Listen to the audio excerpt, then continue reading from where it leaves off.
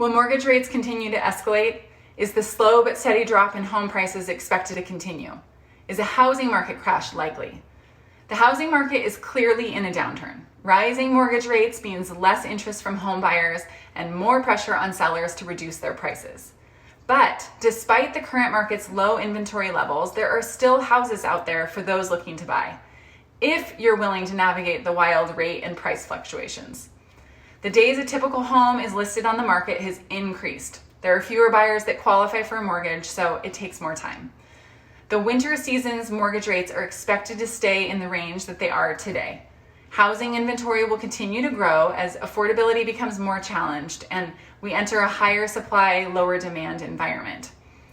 It'll likely be a bit of a bumpy ride in housing over the next several months, but buyers have more power to flex with regard to pricing.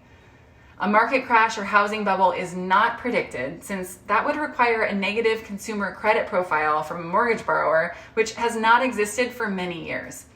And buyers are less likely to purchase a home that they're unable to afford. This does not mean there's not a recession to worry about. We're likely going to experience that in 2023. But what happens to the housing market during a recession? The good news is that typically rates decrease during recessionary periods. And historically, 8 out of the last 9 recessions have yielded an increase in home values, which often results in lower mortgage rates and motivates people to spend money and stimulate the economy.